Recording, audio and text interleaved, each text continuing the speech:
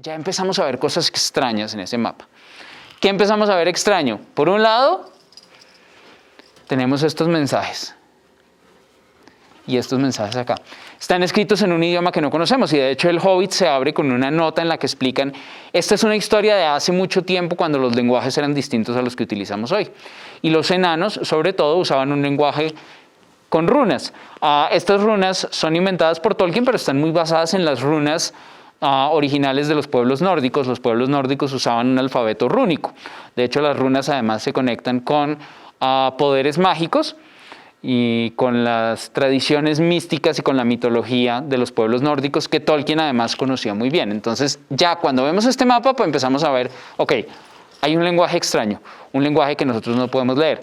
Estas runas de acá en particular, que están como con blanco en la mitad, la idea es que son runas mágicas que solo se ven a la luz de la luna. Tolkien originalmente quería las runas que las imprimieran en la parte de atrás de la página para que las personas pudieran levantar la página y ver las runas a través. Finalmente eso no se hizo, sino que se imprimieron así. Fíjense además, no es un mapa que nos diga necesariamente mucho sobre el territorio, pero marca una serie de cosas que de nuevo nos indican que estamos en otro mundo. Entonces tenemos el lenguaje extraño, pero empezamos a tener que hay los grandes dragones y hay otro dragón. Para Tolkien, eso está en el texto, en el programa, una cita de Tolkien, a él siempre le pareció que los dragones indicaban otro mundo. Él decía que cuando niño él siempre estuvo fascinado con los dragones y la fascinación de los dragones tenía que ver con el hecho de que los dragones no eran parte de nuestro mundo. Incluso, pues estas también son runas, pero en el Hobbit se explica que esta es la runa del este, porque los mapas de los enanos, contrario a los mapas que nosotros utilizamos normalmente, ponen el este arriba en lugar del norte. Si después miramos, es decir, que este mapa, si ese es el este y nos devolvemos a este mapa, ese mapa está de lado, ¿no? Este mapa sí tiene el norte al frente, pero los mapas de los enanos ponen el este arriba. Entonces ya desde el comienzo sabemos que estamos en otro mundo. Sabemos que es un mundo distinto al nuestro, donde el lenguaje es distinto, donde la manera como se orientan las personas es distinta, donde además hay una serie de criaturas extrañas. De nuevo está el dragón, por aquí nos hablan de las grandes arañas del bosque, por aquí nos hablan del rey de los elfos, de los hombres, es decir, estamos en un mundo completamente distinto. El mapa además nos indica desde el comienzo que es un libro de viajes, que hay un destino al que vamos, que es de nuevo la montaña solitaria. Incluso aquí la X, pues la runa marca casi el punto por donde van a entrar, el objetivo del viaje. Entonces sabemos ya que este va a ser un libro sobre un viaje, y esos viajes normalmente se asocian también a la aventura. Si han leído libros de fantasía, muchos libros de fantasía son viajes.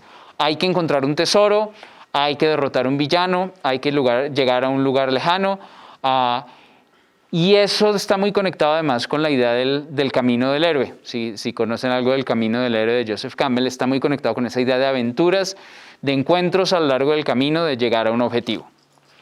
Estos de hecho son los bocetos originales de Tolkien, es decir, los bocetos que él hizo a medida que iba escribiendo el libro. Fíjense que están mucho menos elaborados, mucho menos desarrollados, incluso puede uno ver como los borrones. Ya tenemos el elemento de las runas, ya tenemos el dragón. En este caso el mapa era desde arriba en lugar de tener cierta perspectiva como el anterior. Incluso acá se supone que el mapa es una copia que hace el personaje del mapa original, generando de nuevo la sensación de que estos personajes realmente existen y que el mapa realmente existe y que este mundo realmente existe y solo nos lo están contando de la misma manera que nos lo contaría un periodista. Aquí de nuevo hay mapas de cómo estaría, este sería el lago, dónde estaría la montaña, cómo sería la montaña misma. Y de nuevo esto no solo es, estos son bocetos del autor para sí mismo, que es muy interesante, porque el otro mapa es un mapa para los lectores, pero este es un mapa para el autor, para tener claro cómo eran los espacios al momento de escribir ese mundo. Incluso pues acá pueden ver además que hay una noción ya, nos movemos del mapa un poco como hacia la ilustración y cómo se vería la montaña, cómo serían los distintos espacios. Los que vayan leyendo El Hobbit, además este ya es el momento en que aquí acampan los enanos y tienen que subir una pared de roca y acá van a encontrar la puerta secreta para entrar a la guarida del dragón. Este es el segundo mapa del Hobbit. Este ya es un mapa más tradicional. Es un mapa que no hace parte de la historia misma, sino que está ahí para nosotros los lectores. El viaje del Hobbit más o menos arranca de Hobbiton, que queda por acá. Van a seguir este camino, van a llegar a Rivendell, pasan las montañas, ahí vamos en el libro más o menos, llegan a la Carroca, se meten por este camino del bosque, finalmente llegan acá, llegan al lago Solitario y finalmente a la montaña.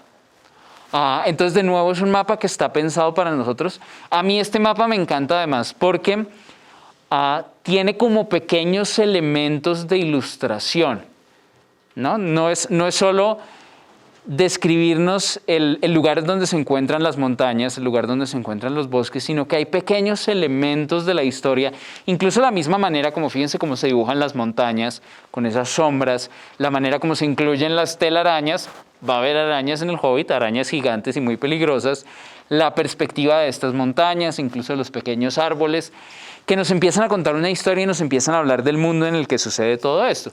Aquí hice unas ampliaciones de algunos detalles, pensando también por si en algún momento quieren ustedes dibujar sus propios mapas. Fíjense, estos son mapas muy elaborados, la manera como pinta las montañas no son sencillamente triangulitos, ni son formas, sino son montañas muy elaboradas, con sombra, con luz, con estribaciones hacia los lados. En el bosque, de nuevo, llamo la atención sobre las arañas. El juego de perspectiva, fíjense que casi que uno puede ver árboles individuales, a pesar de que es un bosque, que de nuevo juega con esta idea de la ilustración. Este es el boceto original, que fíjense que está mucho más simplificado, las montañas son mucho más sencillas y el bosque solo es como un boceto de dónde quedaría, mientras que después ya el bosque pues tiene sus árboles, tiene sus lagos y de nuevo pues tenemos al dragón. Esta imagen de este lado es de la versión en novela gráfica del Hobbit. Hay una versión en cómic o novela gráfica del Hobbit. De hecho, sé que hay una copia en la colección infantil y juvenil. Fíjense que aquí es todavía más ilustrado. Entonces tenemos, por ejemplo, las águilas. Aquí se alcanzan a ver los goblins. Aquí se alcanza a ver un troll. Aquí está el oso, que es Beorn. Podemos ver a los elfos. Hay personajes, obviamente hay un manejo de color, ya es un mapa mucho más elaborado. Y tenemos de nuevo la copia del mapa de Tror, muy parecido al de Tolkien. Fíjense cómo juega con los bordes dañados para sugerir que es un documento real. Hace ilustraciones de David Wenzel. David Wenzel es el artista que hace todo esto dentro del Hobbit, que hace la adaptación a cómic del Hobbit. Este es el mapa completo que vimos puro al comienzo, pero ya con la ilustración completa, que incluye además la escena en que el Hobbit y los enanos se encuentran. Ya es una elaboración mucho más artística. Y aquí les quería mostrar, esto es tomado de la película del Hobbit, de la primera de las 3 películas del Hobbit que salieron recientemente. Así es como deberían verse las runas, ¿no? La idea es que las runas lunares, y de nuevo es un lenguaje distinto al nuestro, es una manera de escribir distinta a la nuestra, se ven solamente cuando les da la luz de la luna. Es un mapa mágico, en ese sentido un poco tiene ese elemento que después vemos, por ejemplo, el mapa del merodeador de Harry Potter, que es un mapa, pero es un mapa distinto porque podemos ver cómo se mueven los personajes. En este caso es un mapa con unas letras que solo se pueden ver a la luz de la luna. Incluso en el libro se sugiere que se pueden ver solo en ciertas fases de la luna. Y pues obviamente en la película, claro, pues se ve con toda la maravilla del cine. Si en algún momento tienen preguntas, por favor no duden en levantar la mano e interrumpir cuando sea, no hay ningún problema. Fíjense entonces además cómo todos estos mapas nos ayudan a crear el espacio. Para Tolkien los espacios son muy importantes. Tolkien era un académico dedicado a la literatura medieval, a las sagas, también a las sagas nórdicas, que inspiran muchos elementos del Hobbit. Los nombres de Gandalf, el nombre de los enanos, vienen de un poema antiguo que se llama el Edda Mayor. Hay escenas que parecen que son muy cercanas a Beowulf, sobre todo hacia el final del Hobbit. Entonces él estaba muy familiarizado con esos textos en los que los espacios son muy significativos. La vez pasada hablábamos de cómo además hay unos contrastes, los distintos espacios tienen distintos significados. La novela inicia en Hobbiton y esta de hecho es interesante porque es una ilustración hecha por el mismo Tolkien de cómo sería Hobbiton. Bolsón cerrado probablemente sería esta puerta de acá. Vemos la colina y la región aledaña, muy inspirada además en el paisaje que Tolkien conoció cuando niño en Inglaterra.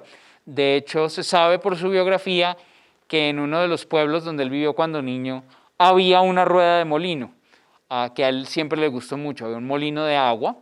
Entonces, en Hobbiton, en el Hobbit casi no se menciona, pero en el Señor de los Anillos se menciona mucho más, hay un molino. Y entonces es ese espacio idílico. Esto está tomado directamente del Hobbit, del momento en que comienza la aventura. El Hobbit además es un personaje que no le gustan las aventuras, que prefiere quedarse cómodo en su casa y comer y dormir y oír música y fumar tabaco, además porque a los hobbits les encanta fumar pipa. Es lo menos parecido a un aventurero que podríamos imaginar. Y este es el comienzo de su aventura donde todavía estamos en el territorio de los hobbits. Entonces dice, y así fue como se pusieron en marcha, y esto está tomado de la traducción al español del Hobbit. Se pusieron en marcha alejándose de la posada una hermosa mañana poco antes del mes de mayo, montados en ponis cargados de bultos, y Bilbo llevaba un capuchón verde oscuro, un poco ajado por el tiempo, y una capa del mismo color que Dwalin le había prestado. Le quedaban muy grandes y tenía un aspecto bastante cómico. No me atrevo a aventurar lo que su padre Bungo hubiese dicho de él, solo le consolaba pensar que no lo confundirían con un enano, pues no tenía barba. Aún no habían cabalgado mucho tiempo cuando apareció Gandalf, espléndido, montando un caballo blanco. Traía un montón de pañuelos y la pipa y el tabaco de Bilbo. Así que desde entonces cabalgaron felices, contando historias o cantando canciones durante toda la jornada, excepto naturalmente cuando paraban a comer.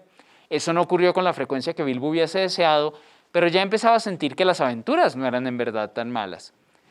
Cruzaron primero las tierras de los hobbits, un extenso país habitado por gente simpática, con buenos caminos, una posada o dos, y aquí y allá un enano o un granjero que trabajaba en paz. Entonces, ese primer espacio es perfectamente idílico. Todo parece maravilloso. En términos de aventura, parece la aventura más aburrida porque no está pasando nada. Pero rápidamente las cosas cambian. Y es ahí donde podemos ver cómo se usa el paisaje para generar distintas emociones y para crear las aventuras. Además escogí obviamente una ilustración muy dirigida hacia eso. Esta ilustración es de Alan Lee. Aquí pueden ver a los enanos incluso. Y fíjense que es un paisaje tormentoso, con ruinas de castillos además. Recrea un poco la pintura romántica alemana, donde también hay personajes como en medio de la bruma y grandes castillos. Y esto además es 2 párrafos después de lo anterior. Íbamos felices, él estaba tranquilo, le habían traído pipa y pañuelos, porque además él sale corriendo de su casa y se le quedan la pipa y los pañuelos, y está azorado porque no tiene pañuelos limpios, y de repente todo cambia. Llegaron luego a tierras donde la gente hablaba de un modo extraño y cantaba canciones que Bilbo no había oído nunca. Y de nuevo noten cómo ese elemento de extrañeza se marca una y otra vez. Tenemos el mapa, lenguajes extraños, criaturas extrañas, y aquí de nuevo, tierras extrañas con historias y canciones que Bilbo no había oído nunca. Se internaron en las tierras solitarias donde no había gente ni posadas y los caminos eran cada vez peores. No mucho más adelante se alzaron unas colinas melancólicas oscurecidas por árboles. En algunas había viejos castillos, torvos de aspecto, como si hubiesen sido construidos por gente maldita. Todo parecía lúgubre, pues el tiempo se había estropeado. Hasta entonces el día había sido tan bueno como pudiese esperarse en mayo, aún en las historias felices, pero ahora era frío y húmedo. En las tierras solitarias se habían visto obligados a acampar en un lugar desapacible, pero al menos seco. Pensar que pronto llegará junio, mascullaba Bilbo mientras avanzaba chapoteando detrás de los otros por un sendero enlodado. La hora del té ya había quedado atrás, la lluvia caía a cántaros y así había sido todo el día. El capuchón le goteaba en los ojos, tenía la capa empapada, el pony cansado tropezaba con las piedras, los otros estaban demasiado enfurruñados para charlar. Estoy seguro que la lluvia se ha colado hasta las ropas secas y las bolsas de comida, gruñó Bilbo. Malditos sean los saqueadores y todo lo relacionado con ellos. Entonces aquí se da cuenta de, cambiamos. Pasamos de un espacio tranquilo, de un espacio familiar a un espacio extraño. Y obviamente esto ya nos anuncia que va a haber aventuras, que va a haber peligros en el camino. Y de nuevo fíjense que está muy relacionado con el viaje, con el movimiento a través del mapa.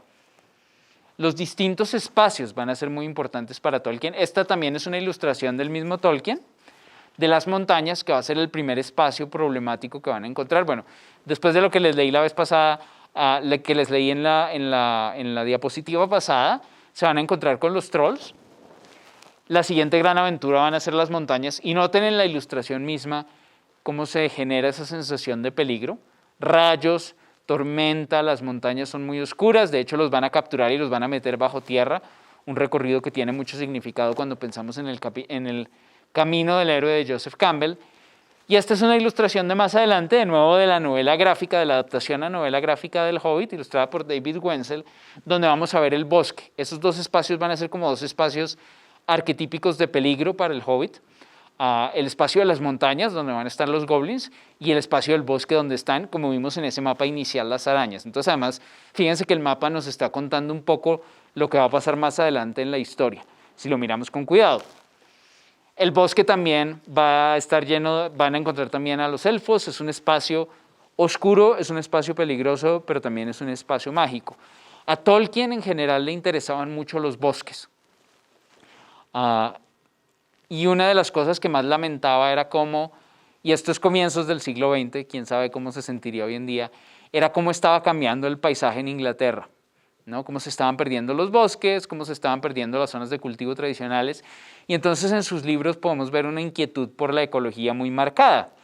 De hecho, en la mitad del bosque, aunque el bosque es un recorrido terrible, a uno de los enanos se cae en un arroyo encantado y se queda dormido. Además es el más gordo de todos, entonces tienen que cargar al enano más gordo porque está dormido.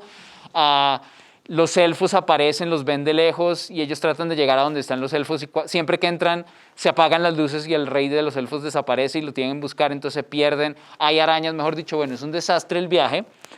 Y sin embargo hay un momento que es muy bonito. Esta ilustración también es de Alan Lee, de la edición ilustrada del Hobbit. Hay un momento muy bonito en que, a pesar de estar en la mitad del bosque, están perdidos, no tienen comida, no tienen agua, y entonces le dicen a Bilbo, Bilbo es el Hobbit, que es un poquito más chiquito que los enanos, más liviano, que se suba a un árbol para ver si puede ver el final del bosque. Y él se sube a un árbol, y es un momento en que es como esa visión del bosque y de la naturaleza que tanto le interesaban a Tolkien, y que además nos genera la sensación de que hay todo un mundo en estas historias. Uno de los rasgos característicos de la obra de Tolkien, tanto en El Hobbit como en El Señor de los Anillos y de la fantasía posterior a él, es la idea de estos son mundos completos, son mundos que tienen sus propios mapas, su propia geografía, su propia historia, su propia biología, su propia geología, sus propias normas de la magia, etc. Entonces está ese momento en que Bilbo sale finalmente, y además va a haber una mariposa, que es como un momento de mirar la naturaleza en la mitad como de esta aventura toda loca. Al fin sacó la cabeza, y es puro ese momento que captura Alan Lee. Sacó la cabeza por encima del techo de hojas y en efecto encontró arañas, pero eran arañas pequeñas de tamaño corriente y solo les interesaban las mariposas. Los ojos de Bilbo casi se enceguecieron con la luz. Oía a los enanos que les gritaban desde abajo, pero no podía responderles, solo aferrarse a las ramas y parpadear. El sol brillaba resplandeciente y pasó largo rato antes de que pudiera soportarlo. Cuando lo consiguió, vio a su alrededor un mar verde oscuro, rizado aquí y allá por la brisa, y por todas partes cientos de mariposas. Supongo que eran una especie de emperador púrpura, una mariposa aficionada a las alturas de las robledas, pero no eran nada purpúreas, sino muy oscuras, de un negro terciopelado sin que se les pudiese ver ninguna marca. Observó al emperador negra durante largo rato y disfrutó sintiendo la brisa en el cabello y la cara, pero los gritos de los enanos, que ahora estaban impacientes y pateaban el suelo allá abajo, le recordaron al fin a qué había venido. De nada le sirvió. Miró con atención a su alrededor, tanto como pudo, y no vio que los árboles o las hojas terminasen en alguna parte. Es además un bosque gigantesco, y los enanos están perdidos en la mitad, pero es un momento muy bonito de contemplación de la naturaleza, que muestra el interés de Tolkien por esos espacios naturales, por los animales, y además cómo se construye ese mundo, ¿no? Sabemos incluso que es un mundo donde hay mariposas negras, emperadores negras, a pesar de que eso no necesariamente le aporta a la aventura como tal. Obviamente, este es un viaje, de ahí que el mapa esté al comienzo, y el objetivo es siempre llegar a la montaña y enfrentarse finalmente con el dragón. Esta es otra ilustración de Tolkien. Tolkien casi no hizo ilustraciones para El Señor de los Anillos, pero tiene varias para El Hobbit, que es el momento en que Bilbo sale finalmente del bosque, montando en un barril, no digo más para no dañarles el libro, y ve finalmente la montaña. Y de nuevo, Tolkien tiene ese elemento muy característico de la descripción de los espacios, la descripción de la luz, la sensación de los personajes a medida que pasan de un espacio al otro. El día crecía más claro y caluroso a medida que avanzaban flotando. Luego de un corto trecho, el río rodeaba a la izquierda un repecho de tierra escarpada. Al pie de la pared rocosa que se alzaba como un risco en una llanura, la corriente más profunda fluía lamiendo y bordeando. De repente el risco se estrechó, las orillas se hundieron, los árboles desaparecieron. Las tierras se abrían amplias alrededor, cubiertas por las aguas del río que se perdía y bifurcaba en un centenar de cursos zigzagueantes, o se estancaba en remansos y pantanos con islotes a los lados.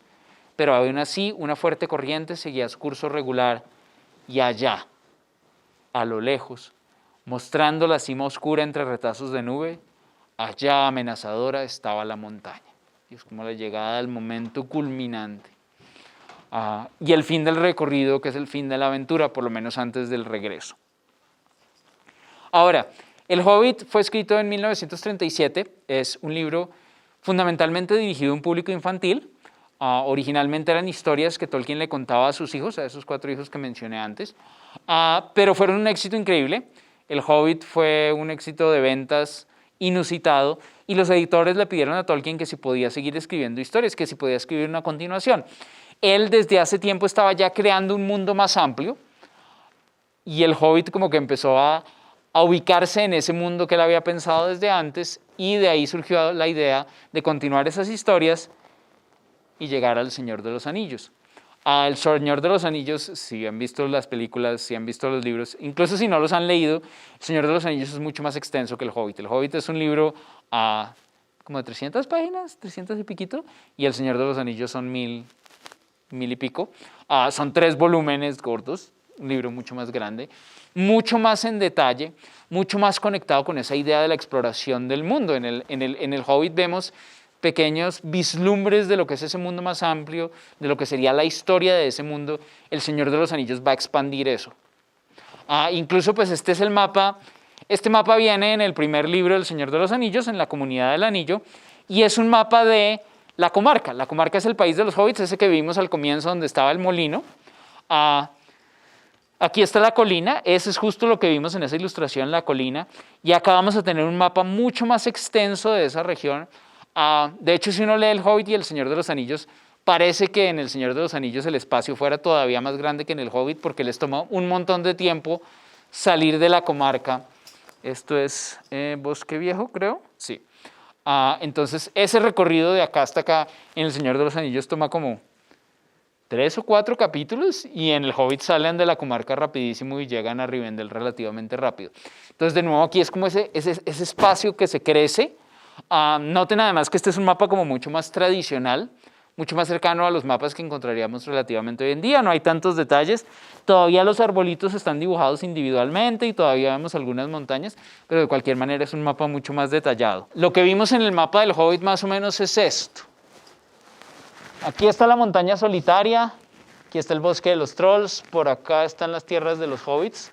Entonces hacen como ese recorrido, es lo del Hobbit. El Señor de los Anillos, salen del mismo sitio, bajan. No sé, ¿alguien ha leído El Señor de los Anillos o visto las películas? No, 0 referencias. Llegan a Rivendell, bajan por el lado de las montañas nubladas, pensando llegar hasta aquí abajo, pero se dan cuenta que los están esperando allá abajo, entonces atraviesan por las minas de Moria, llegan al bosque de Lothlórien, luego bajan por el río Anduin, en las bocas del Raurus se separan.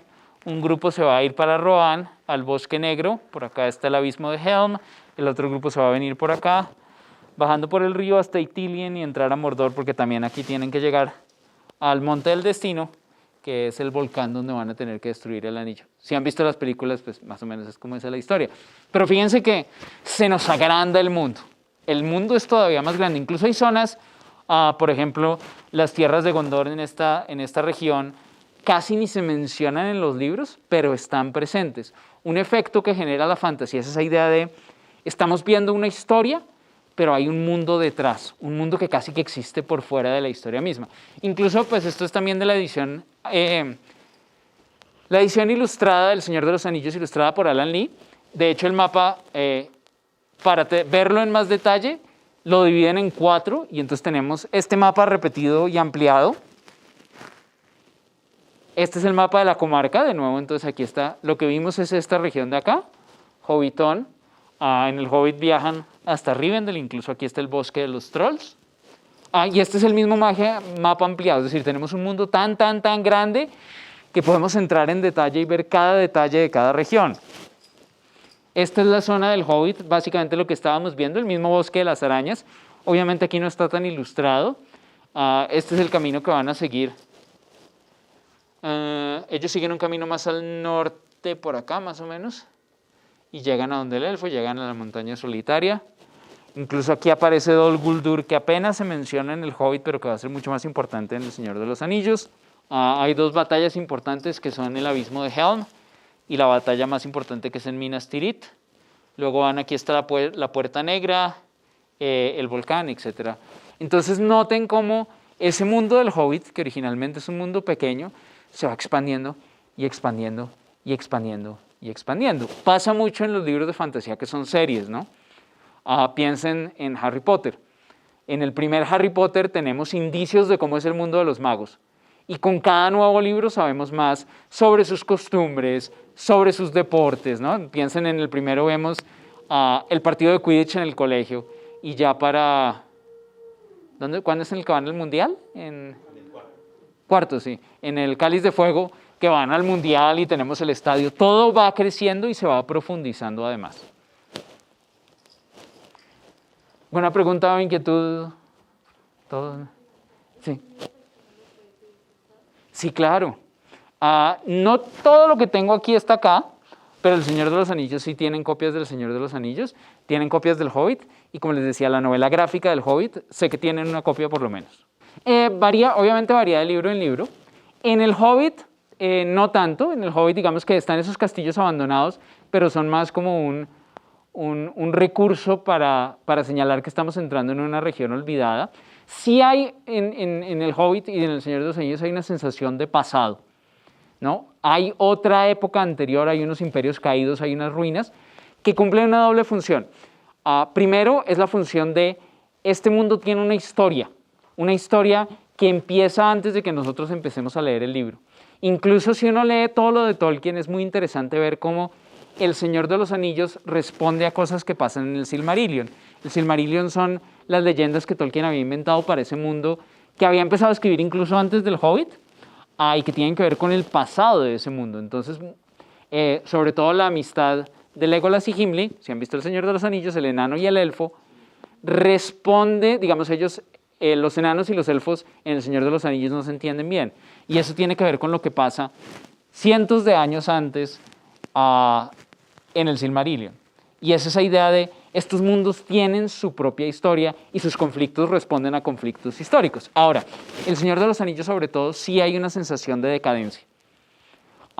Y de hecho El Señor de los Anillos, la caída del Señor de los Anillos, Sauron, implica el fin, los elfos además se van de la Tierra Media, es como un paso de el mundo mágico, místico, a un mundo entre comillas más moderno. Porque los elfos pues son la representación de la magia para Tolkien, entonces es como un cambio de época. Yo no sé si en Harry Potter necesariamente sería una decadencia, porque la sociedad mágica en Harry Potter no es decadente de la manera que si el mundo en El Señor de los Anillos sí es un mundo que está a punto de cambiar y donde esas magias se están perdiendo. Hay una novela también, pues ya es para adultos, que se llama Gormenghast. No sé si está traducida al español, pero es una novela súper interesante porque toda sucede como en un castillo gigantesco en el que hay una familia que vive ahí, se supone que son los dueños del castillo, pero todo está como decadente, todo está en ruinas, hay partes del castillo que están abandonadas y llenas de muebles viejos. Ahí la decadencia está mucho más marcada. Ahora, obviamente, en Harry Potter sí hay un ministro de magia mayor y hay unos cambios históricos, pero es mucho más marcado en El Señor de los Anillos como esa nostalgia de un presente que recuerda un pasado ya perdido y es un presente que está cambiando y vamos a cambiar hacia otro mundo. Y de nuevo es un proceso curioso porque Tolkien empezó como a imaginarse ese mundo desde antes. Lo primero que escribe fue la caída de Gondolin, que aparece en el Silmarillion. Entonces ese era como ese mundo épico, mitológico, incluso el Silmarillion, no sé si lo han leído el Silmarillion, ahorita vamos a hablar del Silmarillion, pero empieza con la creación del mundo, tiene su propia mitología y cómo se crea el mundo y cómo llegan los dioses al mundo y hay un dios oscuro que bueno, va a reaparecer en muchos libros de fantasía. Entonces él tenía como esa idea de un mundo gigante. Luego surgió el Hobbit y les contaba en la sesión anterior el Hobbit, cuenta Tolkien que él estaba corrigiendo exámenes cuando de pronto encontró una página en blanco y en esa página en blanco escribió: en un agujero en el suelo vivía un hobbit, y esa es la primera frase de la novela y es una de las frases más conocidas de comienzos de novela en la literatura inglesa. Y el Hobbit de pronto se empezó como a situar en el mismo mundo, incluso en el Hobbit, esa parte ya la pasamos en el club de lectura, en la caverna de los trolls ellos encuentran dos espadas mágicas, Glandrim y Orcrist, que son espadas hechas en Gondolin. Gondolin, ahorita vamos a ver a Gondolin, es una ciudad que aparece en el Silmarillion. Entonces, la historia del Hobbit no tenía que ver necesariamente con ese mundo, pero se empezó a meter en el mundo.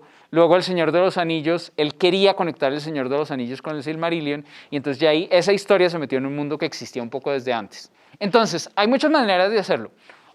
Si han leído El Señor de los Anillos, si han leído Tolkien, o incluso si han leído Harry Potter, si han leído libros de fantasía, muchas veces los personajes hablan de leyendas antiguas. En contextos, y no se trata como de, lector, ven te cuento las leyendas antiguas, sino que, por ejemplo, llegan los personajes a una taberna, y en la taberna hay una persona contando historias, ¿no? Que es perfectamente concebible. O los personajes están buscando un objeto mágico, y ese objeto mágico está conectado con historias. A veces sí hay prólogos que nos hablan de mitología y de otras regiones. O, no sé, los cuentos de vida del bardo. Los cuentos de vida del bardo se mencionan en Harry Potter y después fueron un libro en sí mismos, pero se mencionan a momentos, ¿no? No voy a contar más de Harry Potter para no dañarme los que no han llegado todavía al final de Harry Potter, pero hay elementos que se van conectando. Ahora, los mapas sugieren historias. Vamos a verlo más adelante. A veces los mapas son transformados por los sucesos. Lo vamos a ver con un ejemplo de Dragonlance. Entonces, ahorita llegamos otra vez a eso, pero una manera es contarlo porque las historias juegan un papel en la historia misma. En El Señor de los Anillos hay muchos momentos en que los personajes paran y cuentan poemas y cuentan historias, porque se conectan esos poemas y esas historias con lo que les está pasando también a ellos. No sé si han visto la película, hay un momento en la versión extendida del Señor de los Anillos que Aragorn empieza a cantar, como que canta un poema, y es el poema de Lúthien y Beren, que es como la pareja romántica del hombre y la mujer elfa de la primera edad. Y pues Aragorn está enamorado de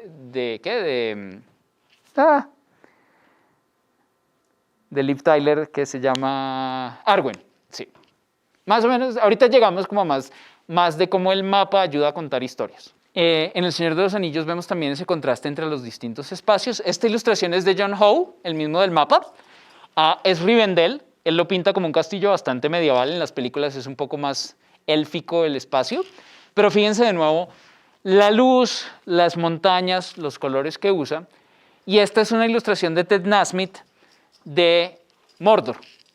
Los espacios en la fantasía normalmente tienen significados. Los lugares donde viven los personajes malvados son áridos, son oscuros, no tienen vida, hay volcanes, hay tormentas, hay oscuridad. Los lugares donde viven personajes bondadosos y pueblos bondadosos están llenos de luz, de naturaleza, de paz, de tranquilidad.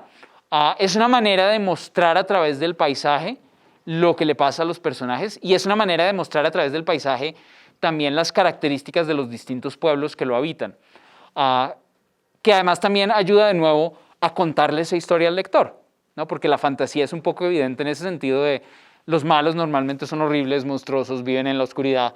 Los buenos normalmente son apuestos, ¿no? cabelleras rubias, ¿no? Una música élfica, mágica, luz, etcétera, que además lo pueden ver también en las películas, ¿no? Y de nuevo, Tolkien tiene una fascinación con los bosques totales. Esta es una de mis escenas favoritas de El Señor de los Anillos. Es cuando llegan al bosque de Lothlórien. Rápidamente los ubicamos en el mapa. Aquí. Bajan de Rivendell, atraviesan las minas de Moria, donde está el Balrog, y llegan al bosque de Lórien. Bosque de Lórien es donde viven los elfos. Es el lugar supuestamente más mágico de la Tierra Media. Y hay un momento en que los llevan, les han puesto unos vendajes, los están llevando dentro del bosque a conocer a la reina de los elfos que se llama Galadriel. Les quitan los vendajes y es ese momento en que Frodo ve esa colina que es como en el centro del reino y ve las flores. Y de nuevo fíjense la cantidad de detalles que nos da Tolkien acerca de flores, árboles, etc. Cuando le llegó el turno a que le descubrieran los ojos, Frodo miró hacia arriba y se quedó sin aliento. Estaba en un claro. A la izquierda había una loma cubierta con una alfombra de hierba tan verde como la primavera de los días antiguos. Encima, como una corona doble, crecían 2 círculos de árboles. Los del exterior tenían la corteza blanca como la nieve, y aunque habían perdido las hojas, se alzaban espléndidos en armoniosa desnudez. Los del interior eran malorn de gran altura, todavía vestidos de oro pálido. Muy por arriba, entre las ramas de un árbol que crecía en el centro y era más alto que los otros, resplandecía un flet blanco. A los pies de los árboles y en las laderas de la loma había unas florecillas amarillas de forma de estrellas. Entre ellas, balanceándose sobre tallos delgados, había otras flores blancas y de un verde muy pálido, relumbraban como una llovizna entre el rico colorido de la hierba. Arriba el cielo era azul y el sol de la tarde resplandecía sobre la loma y echaba largas sombras verdes entre los árboles. Mirad, hemos llegado a Serin Amrod, dijo Haldir, pues este es el corazón del antiguo reino como era tiempo atrás, y esta es la loma de Amrod, donde en días más felices fue edificada la casa alta de Amrod. Aquí se abren las flores de invierno de una hierba siempre fresca, la Elanor amarilla y la pálida Ninfredil. Y de nuevo, nombres extraños, pero fíjate que mencionan aquí el mundo antiguo, el reino antiguo, la casa de Amrod, que se desarrollan mucho más en el Silmarillion y en todas las leyendas que Tolkien nunca llegó a publicar en vida. Pero de nuevo, fíjense en ese interés por la naturaleza, por exactamente cómo se llaman esas flores. De hecho, después, una de las hijas de Samwise Gamgee se va a llamar Elanor en honor a esta flor. En El Señor de los Anillos, además, hay un claro discurso ecologista, preecologista, un inicio del ecologismo, porque esto es como mediados del siglo XX, cuando la ecología no era tan marcada. Y un ejemplo son los Ents. Los Ents son unas criaturas originales creadas por Tolkien. Esta es una ilustración de Tom Ide, que son como una especie de árboles vivientes. Ellos se llaman los pastores de los árboles y son medio criaturas gigantes, medio árboles. No sé si han visto las películas que está Barbol Elend, que habla burrum. Y los Ents viven en el bosque y finalmente se van a enfrentar con Saruman, el mago, porque él ha destruido muchos árboles. Los árboles mismos se van a levantar y van a cascarle a los goblins y a los orcos y a los Uruk-hai de Isengard. Y este es precisamente el momento en que Merry y Pippin, que son estos 2 hobbits, convencen a los Ents de ir a la guerra. Aunque habían esperado que ocurriera al fin, el cambio se había operado en los Ents, les parecía sorprendente. Como si ahora se hubiese soltado una avenida de agua que un dique ha contenido mucho tiempo. Al fin y al cabo, los Ents no tardan mucho en decidirse, ¿no te parece?, se aventuró a decir Pippin al cabo de un rato, cuando el canto se interrumpió un momento y solo se oyó el batir de las manos y los pies. «No tardan mucho», dijo Barbol. Sí, en verdad. Tardamos menos de lo que yo había pensado. En verdad no los he visto despiertos como ahora desde hace siglos. A nosotros los Ents no nos gusta que nos despierten y no despertamos sino cuando nuestros árboles y nuestras vidas están en peligro. Esto no ha ocurrido en el bosque desde las guerras de Sauron y los hombres del mar. De nuevo, eso es Segunda Edad de la Tierra Media. Es la obra de los orcos. Esa destrucción por el placer de destruir. Brorum. Sin ni siquiera la mala excusa de tener que alimentar las hogueras, lo que nos ha encolarizado de este modo y la traición de un vecino a quien esperábamos ayuda. Los magos tendrían que ser más sagaces. No hay maldición en élfico, éntico, las lenguas de los hombres bastante fuertes para semejante perfidia. Y si han visto, esa es una de las mejores escenas de la película, cuando los Ents llegan a Orthanc y además son estas criaturas gigantes y empiezan a arrojar rocas y a destruir la torre del mago blanco, de Saruman. De nuevo, es un discurso muy ecologista acerca de la deforestación. Lo que estaba pasando, pues estos comienzos y mediados de siglo en Inglaterra, de siglo XX, que tenía Tolkien muy preocupado. Incluso el cierre del Señor de los Anillos, antes de pasar al Silmarillion, cuando los hobbits finalmente regresan a la comarca. ¿Se acuerdan de esa imagen al comienzo que vimos, el molino, ese espacio ideal? Cuando ellos vuelven, Saruman precisamente se ha ido a la comarca y ha tumbado todos los árboles. Entonces para ellos es un golpe terrible que después de haber salvado al mundo vuelven a su casa y el paisaje ha sido totalmente destruido. La pérdida más grave y dolorosa eran los árboles, pues por orden de Sarquino, que en realidad es Saruman, todos habían sido talados sin piedad a lo largo y ancho de la comarca, y eso era lo que más afligía a Sam, sobre todo porque llevaría largo tiempo curar las heridas y solo sus bisnietos llegarían alguna vez a ver la comarca como había sido en buenos tiempos. Totalmente discurso ecológico ahí en Tolkien. De pronto un día, porque había estado demasiado ocupado durante semanas enteras para dedicar algún pensamiento a sus aventuras, se acordó del don de Galadriel. Cuando ellos llegan a Lórien, Galadriel, que es la reina de los elfos, les da unos regalos a cada uno. Y a Sam le da una cajita con semillas. Se le olvida. Y entonces se acuerda de la cajita con semillas, siembra las semillas y, como pueden ver en ese tercer párrafo, la primavera colmó con creces las más locas esperanzas de Sam. En su propio jardín los árboles comenzaron a brotar y a crecer como si el tiempo mismo tuviera prisa y quisiera vivir 20 años en uno. En el campo de la fiesta despuntó un hermoso retoño. Tenía la corteza plateada y las hojas largas y se cubrió de flores doradas en abril. Era en verdad un malorn y la admiración de todos los vecinos. En años sucesivos, y nota, si nos vamos a veces al pasado, aquí se proyecta el futuro. En años sucesivos, a medida que crecía en gracia y belleza, la fama del árbol se extendió por todos los confines de la comarca y la gente hacía largos viajes para ir a verlo, el único malorn al oeste de las montañas y al este del mar, uno de los más hermosos del mundo. Hace años en un festival de teatro hubo una obra del Señor de los Anillos con títeres, con esos títeres que mueve gente vestida de negro, que los actores están todos vestidos de negro y mueven como un muñeco, y entonces uno no ve a los actores sino solo el muñeco, así movían a los hobbits.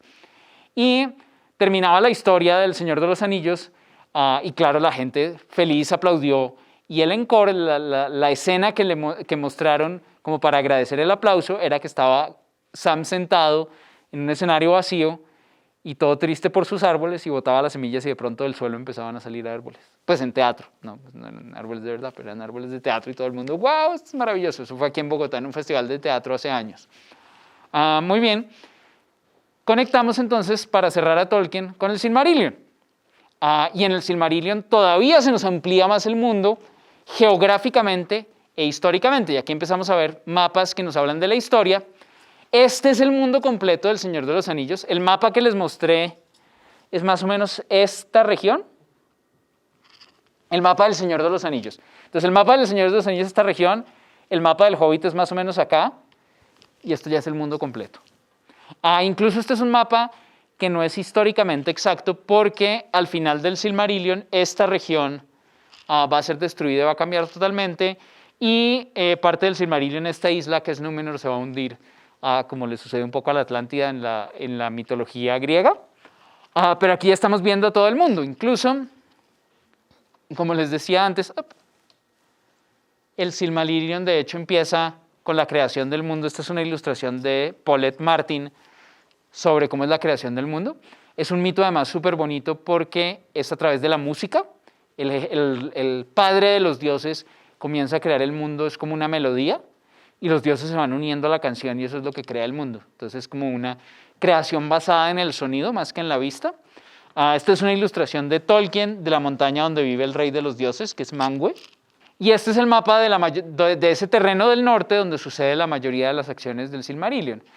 El Señor de los Anillos sucede por aquí abajo más o menos. Esta es la región donde sucede la mayor parte de la acción del Silmarillion, ya cuando los elfos vienen a buscar los Silmarils que que ha hurtado el dios villano. Y es en esta sección donde suceden todo eso, donde suceden las primeras guerras de los elfos y los enanos, e incluso donde se da, esta es una ilustración de la caída de Gondolin. En Gondolin es donde hacen las espadas mágicas, que después le van a llegar a Gandalf y a Thorin. Las espadas mágicas son espadas hechas en Gondolin. Gondolin es una ciudad élfica que está rodeada de montañas y que finalmente es destruida, que ese fue uno de los primeros relatos que escribió Tolkien dentro del Silmarillion. Recién graduado de la universidad, él estuvo en la batalla del Somme. La batalla del Somme se dio en Francia, fue una de las batallas más largas y más sangrientas de la Primera Guerra Mundial, y la Primera Guerra Mundial en términos de soldados fue mucho más sangrienta que la Segunda Guerra Mundial. Soldados murieron en las trincheras, sobre todo en la batalla del Somme, como moscas, y Tolkien sufrió mucho su experiencia en la guerra. Él ni siquiera estuvo tanto tiempo porque además le dio fiebre de trincheras, y lo tuvieron que devolver a Inglaterra. Y estuvo en un hospital recuperándose, pero duró como 6 meses en la guerra, no fue que ni siquiera que durara tanto. Muchos de sus amigos de infancia, por lo menos 2 de sus amigos de infancia murieron en la guerra, y no hay duda de que eso, aunque Tolkien fue muy enfático diciendo que sus libros no se debían leer como una analogía, no hay duda de que la experiencia de la guerra marcó su escritura. Incluso hay un crítico que se llama Humphrey Carpenter que habla de la edad de oro de la literatura para niños.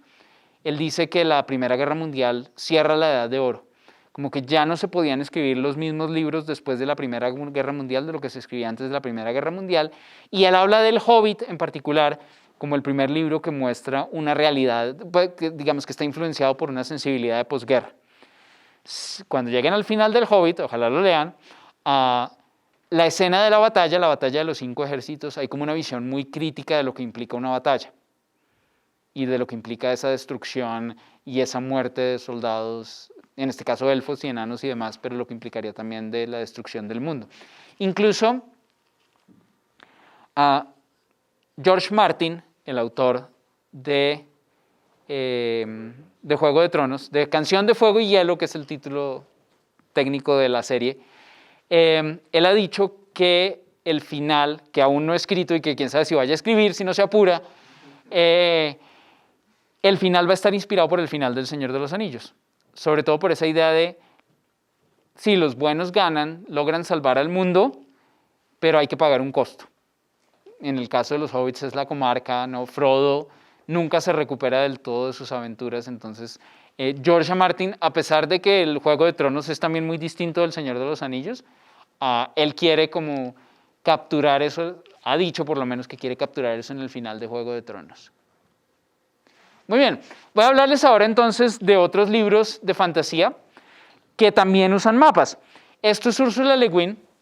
Ursula Le Guin, como les decía al comienzo, Ursula Le Guin es una autora norteamericana de ciencia ficción y de fantasía para jóvenes y para adultos también. Mucho de lo que tiene también ya es para adultos. El Mago en Terramar es una de sus obras de fantasía más conocidas. Es una serie de 3 libros. Mago en Terramar, La Costa Más Lejana Mago en Terramar, Las Tumbas de Atuan y La Costa Más Lejana. Es un caso súper interesante en que además después escribió una 4ª parte donde se fijan los personajes femeninos, como que ella sintió que no le había dado suficiente peso a los personajes femeninos en la serie original, entonces escribió después una secuela que se llama Tejanu, que se centra en los personajes femeninos. Y Terramar, como su nombre lo indica, en inglés se llama Earthsea, es un mundo que son islas, como para que vean una versión distinta de cómo pueden ser los mundos de fantasía. El mundo de Tolkien son grandes continentes. En el mundo de Tolkien casi no hay viajes por mar, aunque bueno, en el Silmarillion hay un poco de viajes por mar. En el mundo de Terramar, en el mundo de Ursula Le Guin, lo que tenemos es un gran archipiélago de islas. Islas con distintos gobiernos, hay muchos viajes por mar, desde luego. Este mapa es dibujado por la misma Ursula Le Guin, es de la edición ilustrada del Mago en Terramar. El Mago en Terramar sí está traducido al español y creo que también hay copias arriba en la colección. El Mago de Terramar de Ursula Le Guin. Entonces fíjense que es un mapa completamente distinto y nos sugiere un mundo completamente distinto.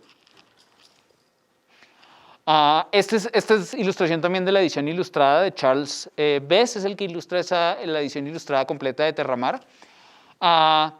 Un mago en Terramar, de acuerdo a algunos críticos, se puede ver como un antecesor de Harry Potter. Sobre todo ese primer libro de Un Mago en Terramar no es para el mismo público de Harry Potter, digamos, es para un público más juvenil, no tan infantil, pero también nos habla de la educación de un mago. El mago principal, que es Gavilán, del que habla ese texto, Gavilán además comete un gran error al comienzo de su carrera como mago, y gran parte del libro es este personaje tratando de lidiar con los errores que cometió cuando era joven. Porque a partir de ese error además le va a salir una sombra que lo persigue a todas partes, que es él mismo, y bueno, eso está relacionado con ciertas cosas psicológicas, pero de nuevo Terramar es un caso interesante para contrastar con El Señor de los Anillos. Ursula Le Guin es posterior, ella es fan del Señor de los Anillos, entonces también hay un poco de influencia de Tolkien, y esta es la historia de ese mago de Gavilán, pero ahí pueden ver, por ejemplo, cómo estamos en un espacio distinto. La isla de Gont, una montaña solitaria, se alza más de 1000 metros por encima del tormentoso mar del nordeste. Es una famosa comarca de magos.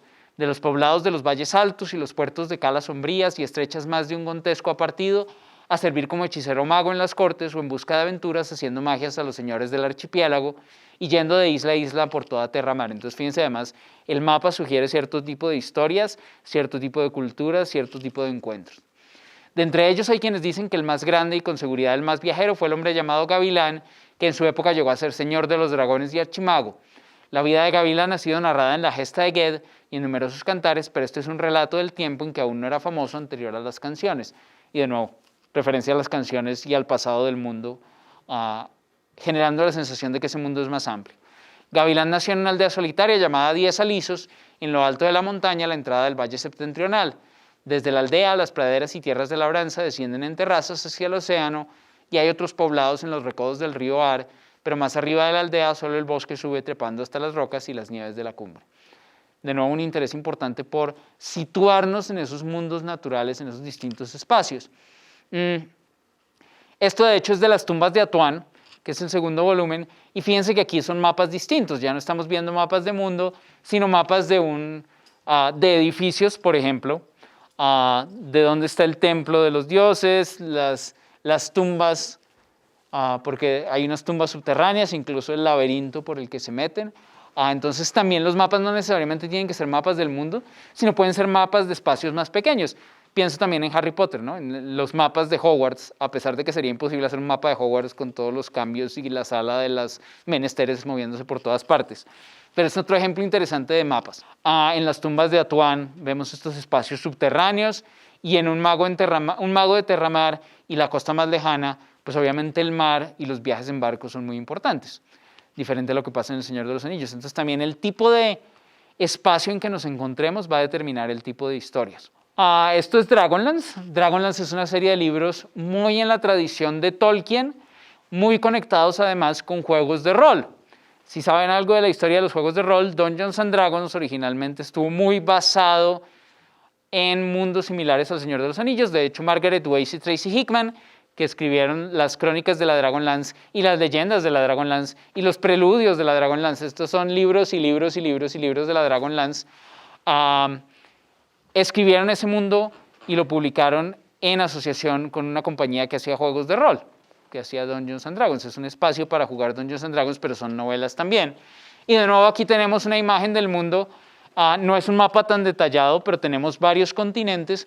Y este es un caso interesante, ahorita muestro un mapa más amplio, en que el mapa está relacionado con la historia del mundo.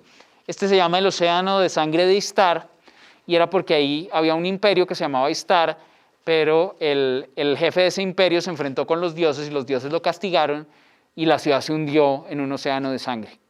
Entonces, como esta geografía está transformada por lo que pasó en el pasado. De hecho, ese evento dentro de la historia de ese mundo se llama el cataclismo.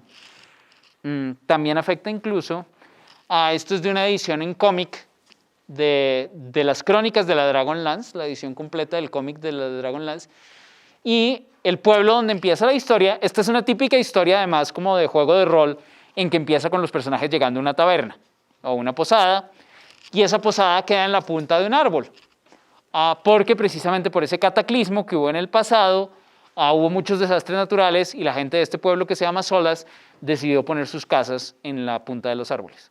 Y de nuevo esto nos habla, los espacios se conectan, los mapas se conectan con los espacios se conectan con la historia y nos generan además la idea del mundo. Esto es del Retorno de los Dragones.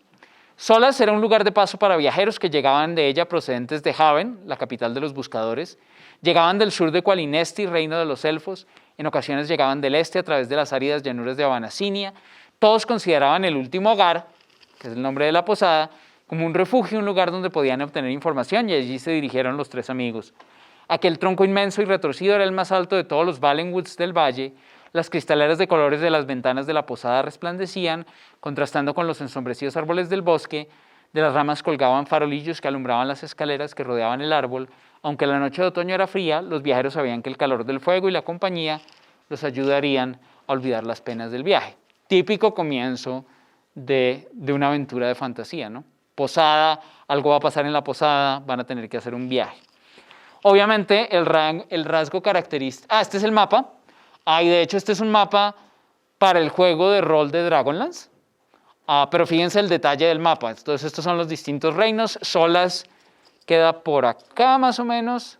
Los héroes van a tener que viajar hasta acá. Luego van a tener que pasar a Ergoth del sur, Ergoth del norte y finalmente llegan a Solamnia.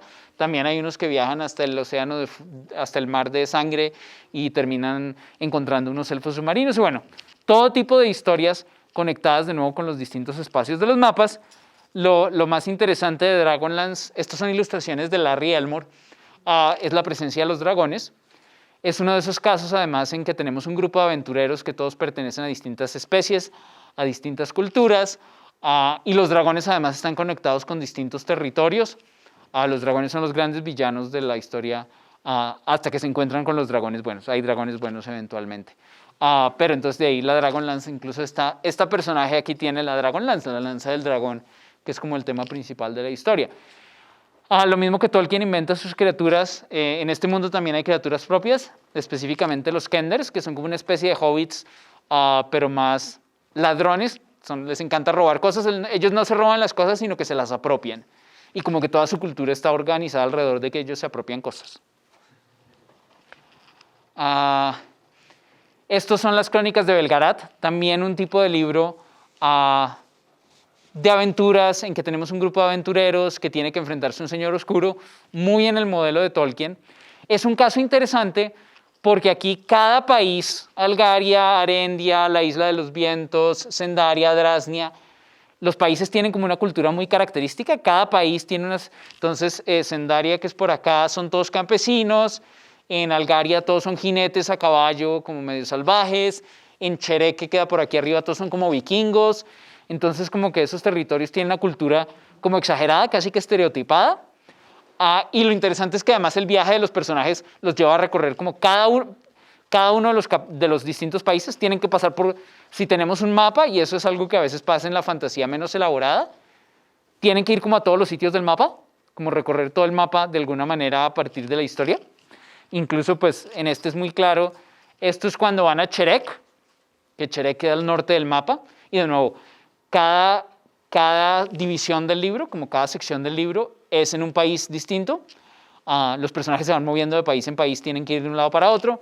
Esto es Cherek. Cherek es como el país de los vikingos, entonces pueden ver ahí, no lo voy a leer para no comernos todo el tiempo, pero llegan y están en invierno y hay trineos y hay dos vikingos peleando sin camisa.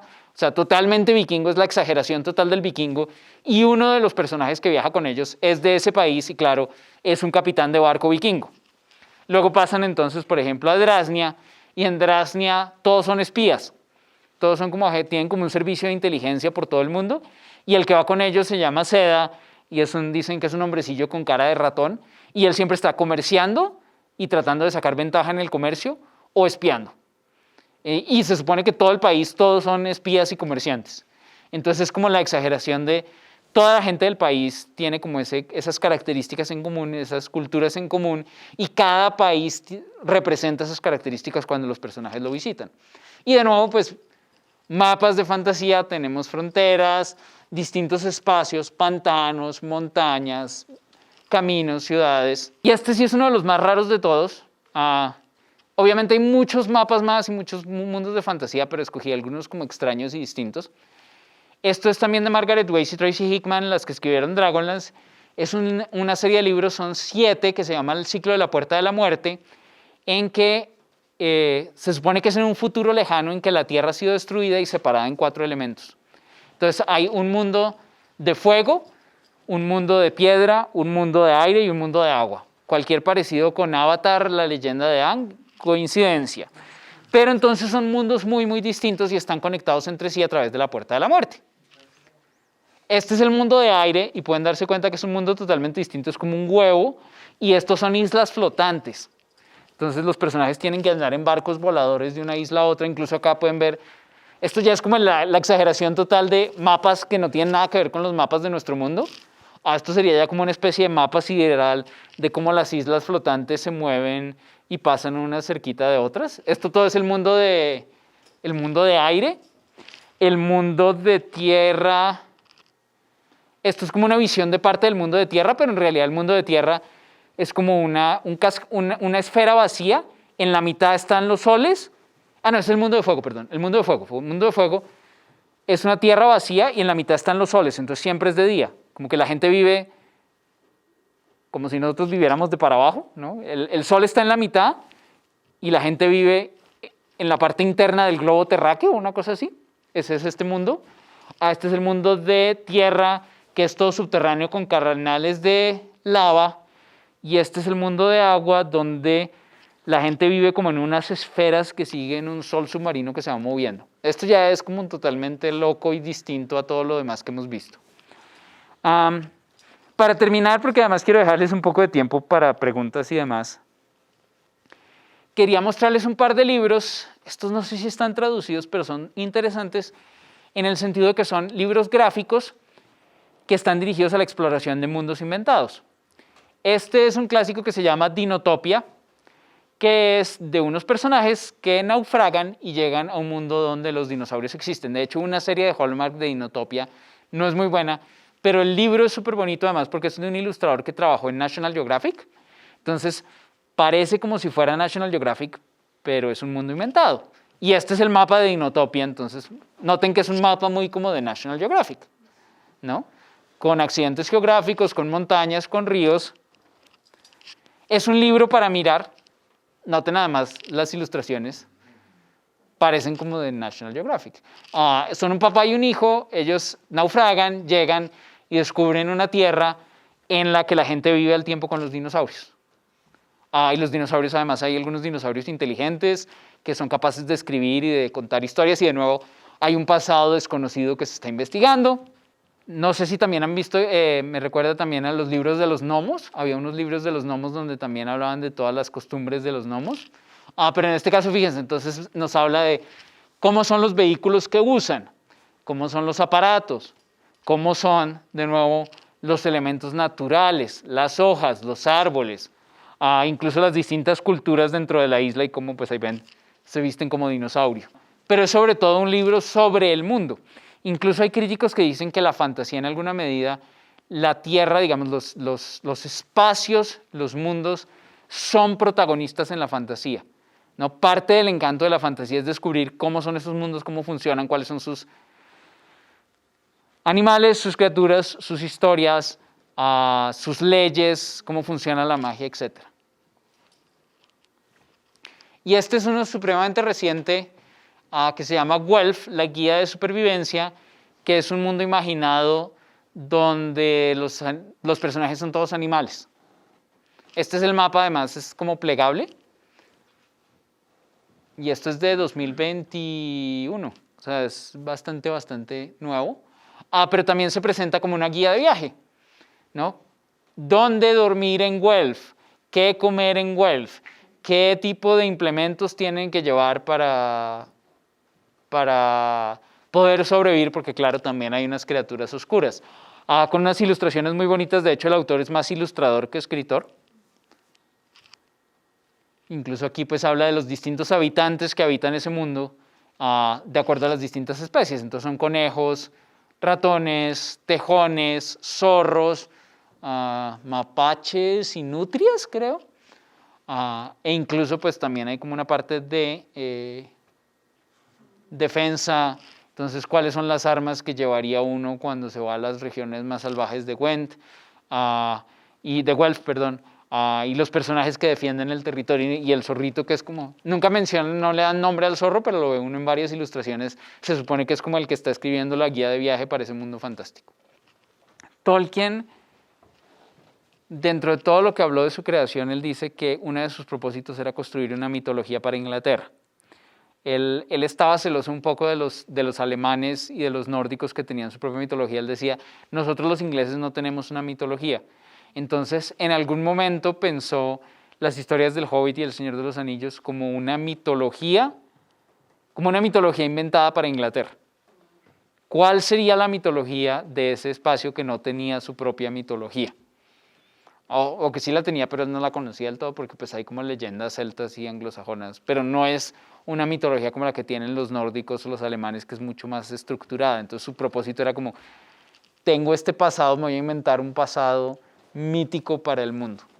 Y obviamente pues sí hay mucha inspiración de culturas antiguas, incluso claro que no tengo aquí ilustraciones, pero en Dinotopia, bueno, acá se alcanza a ver, fíjate que la arquitectura es como romana.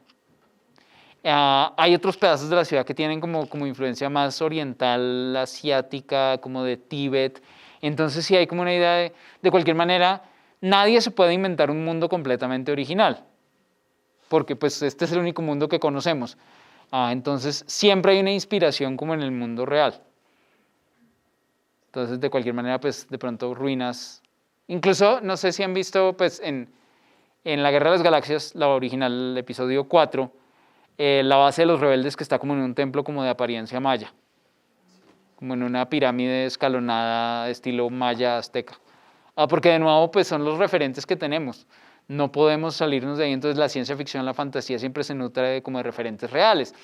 Las distintas culturas en Tolkien, en El Señor de los Anillos, están inspiradas por culturas reales, ¿no? Los hobbits son muy ingleses, los de Rohan son mucho más como de Europa del Norte, con elementos medio vikingos también. Gondor es mucho más medieval en ese sentido. Entonces sí, es como inventarse historias, pero a partir del mundo también es una estrategia. Hay sistemas mitológicos que son mucho más estructurados, digamos que los celtas tenían también su mitología, e incluso hay un libro, no lo puse acá, pero es que tampoco me cabían más cosas en la presentación, que es de literatura de fantasía, dirigido a un público más bien infantil. De hecho ganó premio Newbery, una mención especial Newbery y un premio Newbery, el último libro de la serie, que se llama Las Crónicas de Prydain. Las Crónicas de Prydain, que de hecho inspiró una película de Disney que se llama El Caldero Mágico, una película poco conocida de Disney, en la que además no hay canciones, o hay muy pocas canciones, lo cual también es raro. Es de lo que se llama la Edad Oscura de Disney. La Crónica de Prydain está muy basada en leyendas galesas. O sea que en Gales sí había una mitología, incluso esa idea del caldero mágico, aparece en muchas leyendas mitológicas, que es un caldero donde uno puede reanimar a los muertos. Eso viene muy de la mitología galesa. Ahora, ¿por qué en ciertos lugares hay mitologías más elaboradas y además por qué se conservan ciertas mitologías? Porque la gracia también es, ¿se conservan los textos o no se conservan los textos? ¿No? Y en la mitología nórdica sí hay muchos textos que se conservan, incluso esos que les mencioné antes, del Edda Mayor y el Edda Menor, donde están las historias de Sigurd y el dragón Fafnir, y Thor y Odín y demás. Obviamente hay ciertos elementos comunes, y hay ciertos elementos comunes que uno puede explotar precisamente porque son comunes, ¿no? Entonces hay cosas que no toca describir en tanto detalle porque la gente las reconoce. Pero el truco además está en cómo se combinan los distintos elementos. Muchos libros de fantasía cuentan una historia similar, que sigue el camino del héroe, ¿no? Hay un problema, hay un grupo de héroes además como en Dragonlance, estas fotos que tenía por acá, que son como de distintas culturas, además tienen distintos roles. Entonces pues si han jugado alguna vez Calabozos y Dragones o Dungeons and Dragons, pues guardabosques, ranger claramente, ella es una clériga, este es un caballero, este es un ladrón, paladín y así, ¿no? Entonces hay similitudes entre todos estos libros, pero la cuestión está en cómo combinarlas. No hay que necesariamente inventarse un mundo tan loco como los de la Puerta de la Muerte para que sea un mundo original. Fíjense, por ejemplo, el mundo de George R. R. Martin en Juego de Tronos, parte de la originalidad de Martin, de hecho, es que su mundo es bastante histórico.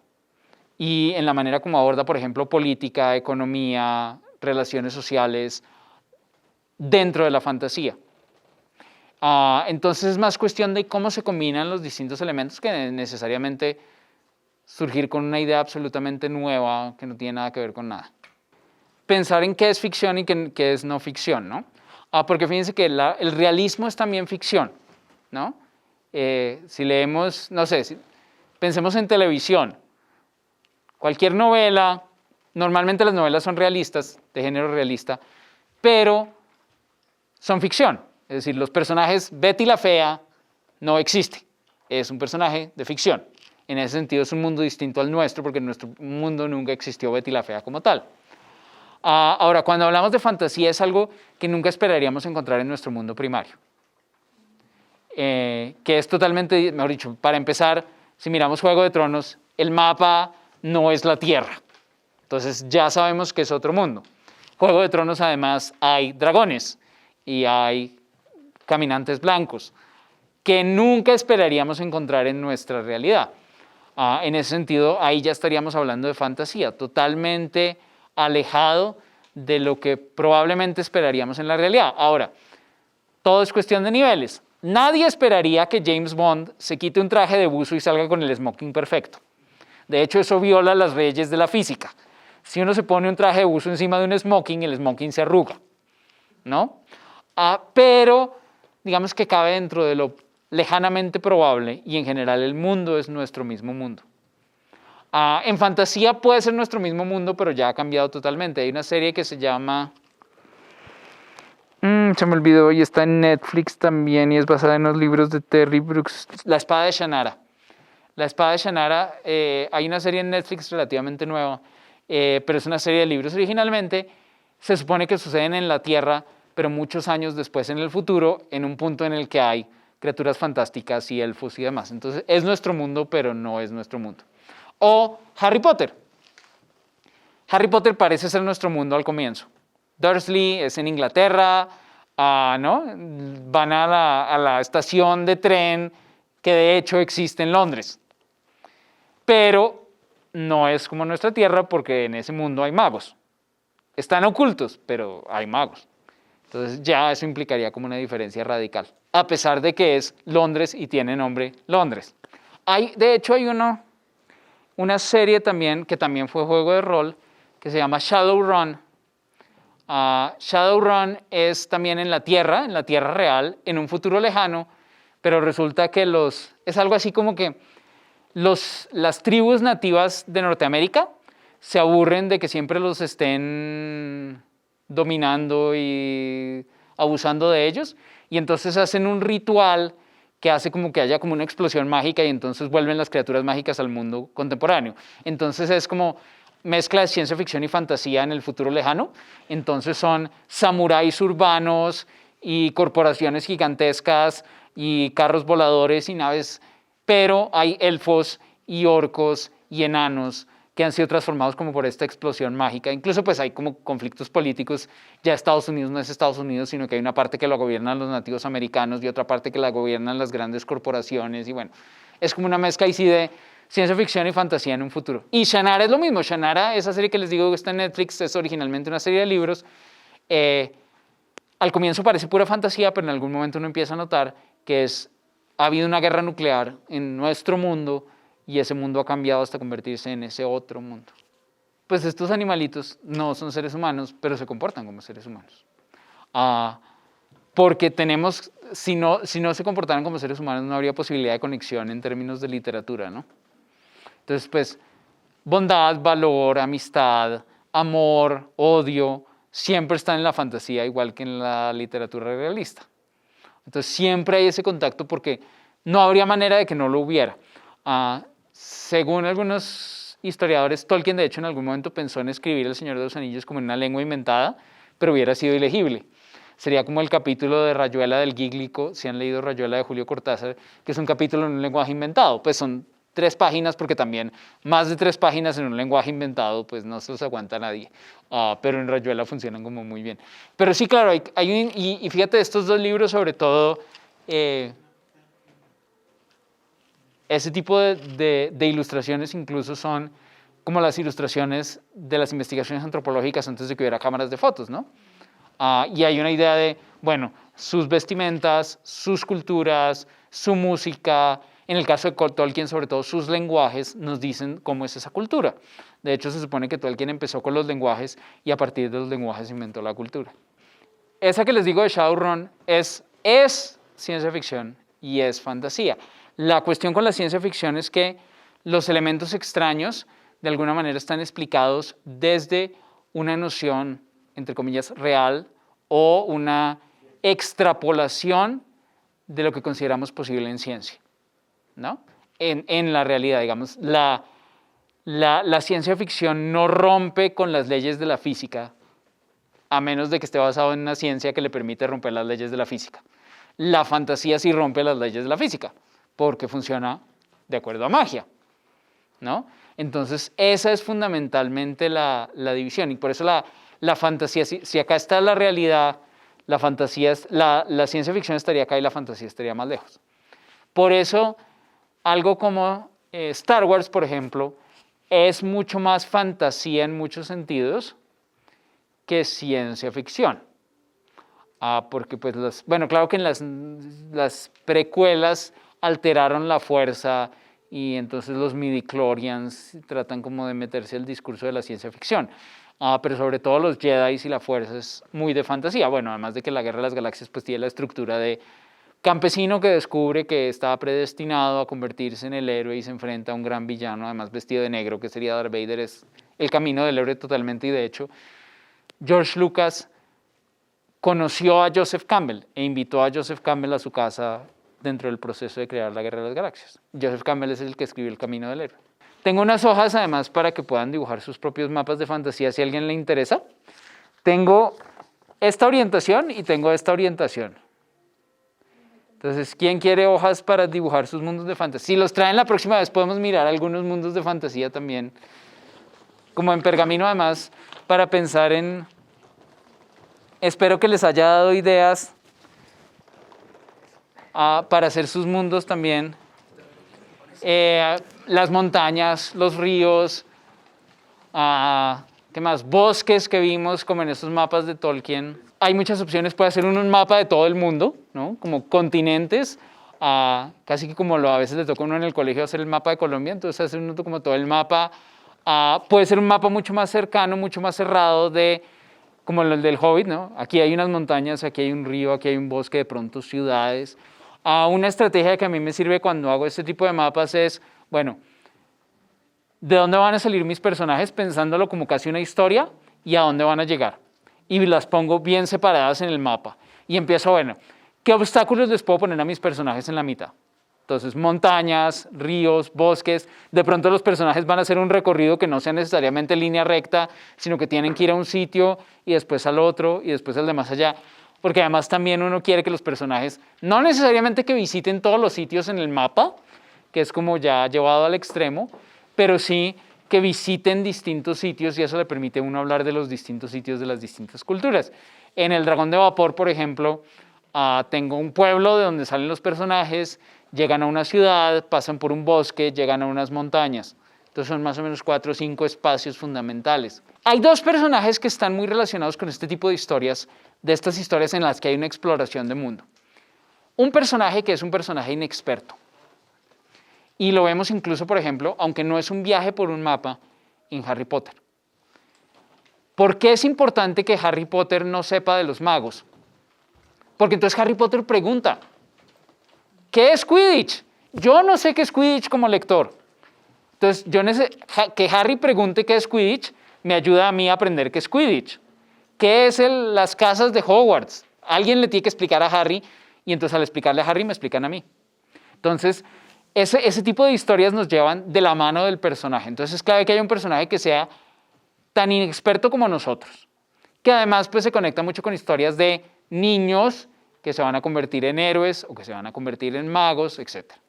Y de la misma manera que necesitamos un personaje que no sepa y que pregunte, tiene que haber un personaje que dé respuestas, que podría ser como Gandalf en El Señor de los Anillos, que es el guía, el sabio, el que conoce el pasado, el que conoce las leyendas, el que conoce cómo funciona la magia, o Dumbledore o McGonagall en Harry Potter. Son sabios, son los que saben. Nada más es muy común que sean personajes mayores, viejos. La idea del mago, muy relacionada con el mago Merlín, por ejemplo. Uno podría hacer como un rastreo de mago Merlín, Gandalf, Dumbledore. Todos encajan como en el mismo modelo del mago. Incluso en Dragonlance también hay un mago que se llama Fizban, que en realidad termina siendo uno de los dioses del bien disfrazado y aparece además en las crónicas de la Puerta de la Muerte. Es todo un enredo. Entonces, esos dos personajes normalmente son muy comunes en este tipo de historias. Incluso, pues, por ejemplo, acá, los náufragos vienen de otro mundo, entonces tienen que aprender cómo es ese mundo. Alguien mencionó Corazón de Tinta. En Corazón de Tinta, los personajes, bueno, ya cuando, ¿cómo es el segundo? ¿Sangre de Tinta? Bueno, no sé. En el segundo volumen, los personajes viajan al otro mundo, entonces, de nuevo, son personajes que van de nuestro mundo al otro mundo.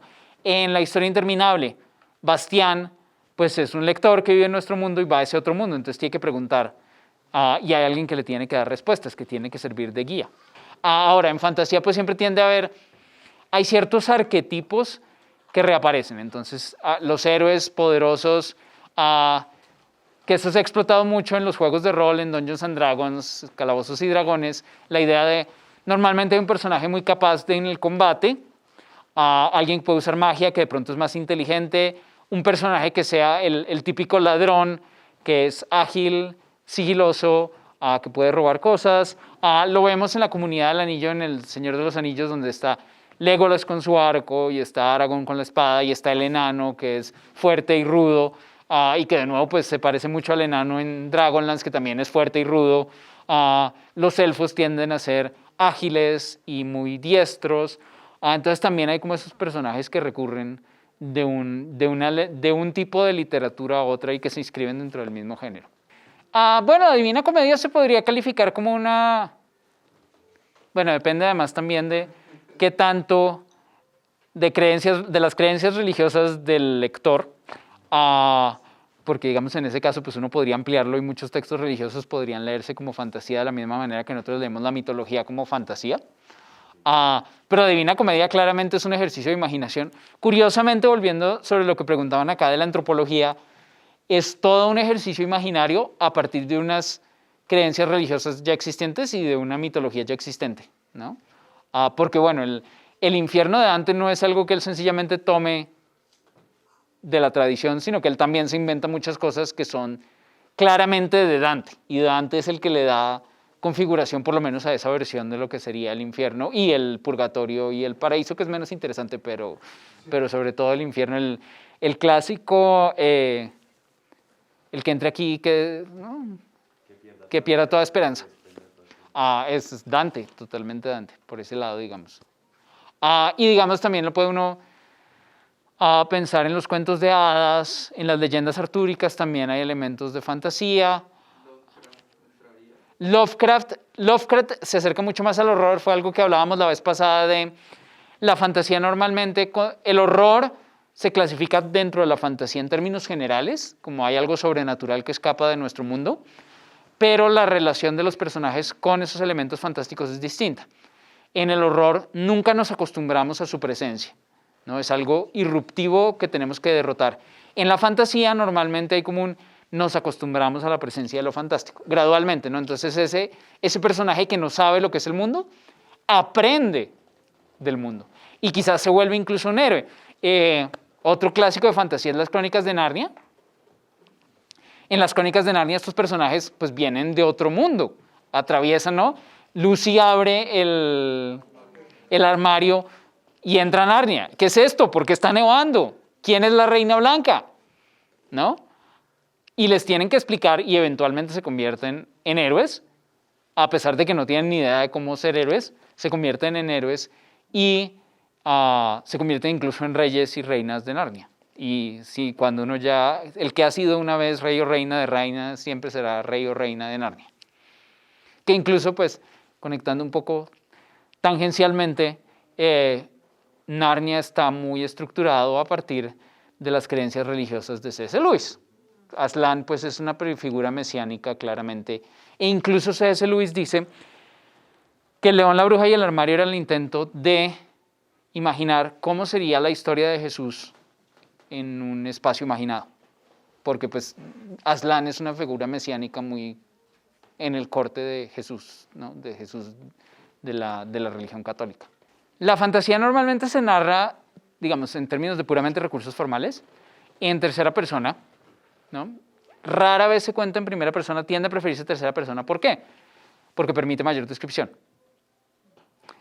Si uno va a escribir una batalla, pues en primera persona está muy limitado a lo que ve un solo personaje. No es imposible, pero tiende a haber una preferencia por la narración, lo que se llama narración heterodiegética, extradiegética, si uno va a usar teoría literaria, en tercera persona, así como habla uno normalmente.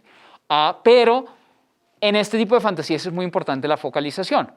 La focalización quiere decir, aunque nos esté contando alguien más la historia, a través de los ojos de quien la estamos viendo. Y normalmente se cuenta a través de los ojos de ese personaje que no sabe, ¿no? Entonces, el Hobbit es contado desde la visión del Hobbit. ¿Qué sabe el Hobbit? ¿Qué no sabe el Hobbit? Se sorprende el Hobbit y nos sorprendemos nosotros. Pregunta el Hobbit y es porque nosotros también tenemos dudas. Lo mismo pasa en Harry Potter. Harry Potter, todo lo vemos a través de Harry.